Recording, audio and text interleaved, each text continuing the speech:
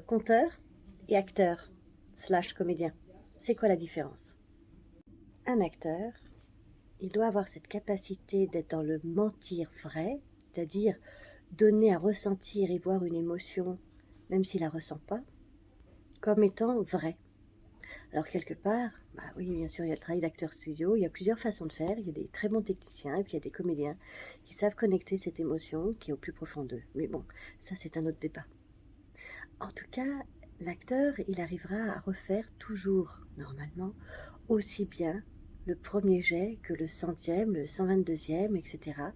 Avec cette incarnation dans l'instant présent, ça c'est un point commun entre conteur et comédien, dans l'instant présent, mais quand même dans quelque chose qui est connu, intégré et répété. Le conteur, quant à lui, il n'est pas dans le mentir vrai, il est dans le vrai. Il va à chaque fois compter avec qui il est dans l'instant où il compte.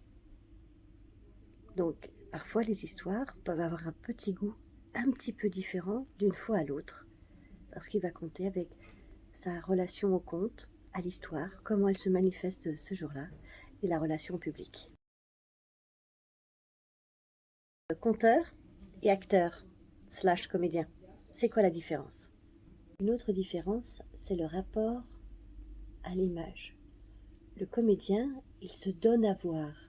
Pour le spectateur, il regarde sur scène et il voit quelqu'un en train de faire quelque chose, comme s'il regardait une télévision ou voilà. C'est en dehors de lui et pour autant les émotions qu'il ressent sont bien en lui, en dehors et en dedans.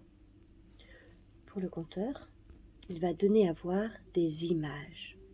Il va pouvoir, comme le comédien, incarner des personnages, mais ça va être fait en suggestion, parce qu'il doit donner à voir.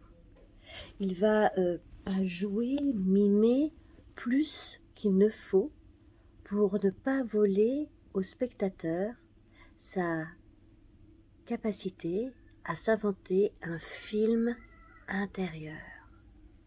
Le conteur, et c'est pour ça que c'est un métier aussi en lui-même, le conteur donne à voir et à enclencher un cinéma intérieur avec Dolby Surround, son, image, la totale. Quand vous faites des films à l'intérieur, c'est ça. Donc si j'écoute l'histoire, j'écoute le conte, mais je le regarde en dehors de moi, complètement en dehors de moi, alors je suis peut-être un petit peu moins à l'endroit du conte, du métier de conteur. Si j'écoute un conte et que je suis, malgré tout ce qu'il est en train de faire, gesticuler, je me rends compte que je suis rentrée dans un cinéma. Il a beau mettre sa main comme ça, je vois un arbre, je vois la petite fourmi, je vois tout. Mais je vois tellement. Alors, j'ai vu. Si vous avez vécu un cinéma intérieur, alors là, cinéma intérieur égale conteur. Vraiment la posture de conteur. Conteur et acteur / comédien. C'est quoi la différence? Je connais ces deux métiers.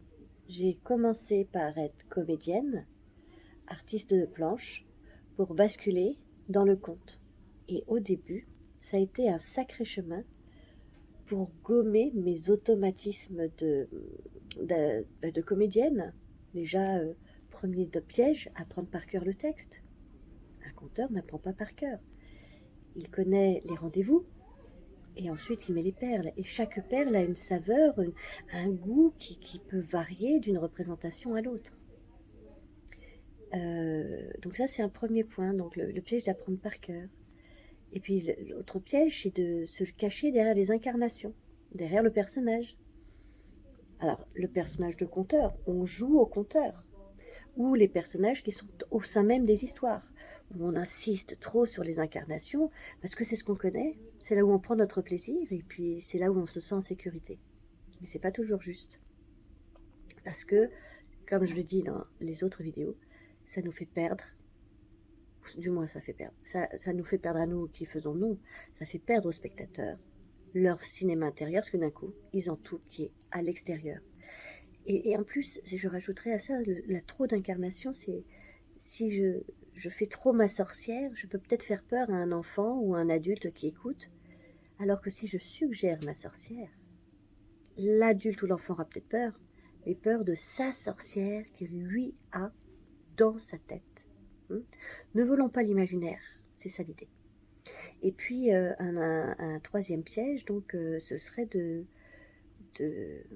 ou la suite de tout cela, en fait, c'est de savoir se mettre à nu, complètement nu. Et la première fois où j'ai compté et j'ai basculé de l'incarnation à la parole de conteur, à tout ça, je suis sortie de là, c'était avec Micheline Denoc, j'étais en atelier avec lui.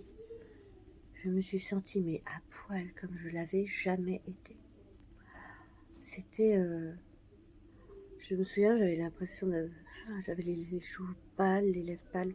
Pour la première fois, j'avais goûté à être entièrement sincère, entièrement sans protection de personnage, sans protection de ça n'empêchait pas la sincérité avant, mais là, j'étais vraiment à nu, vraiment à nu.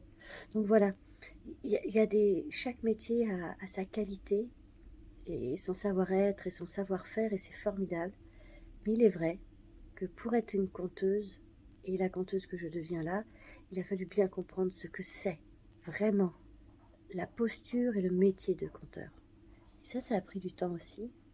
Mais quel bonheur! Et puis maintenant, passer de l'un à l'autre et de s'amuser. Kiff kiff, assuré.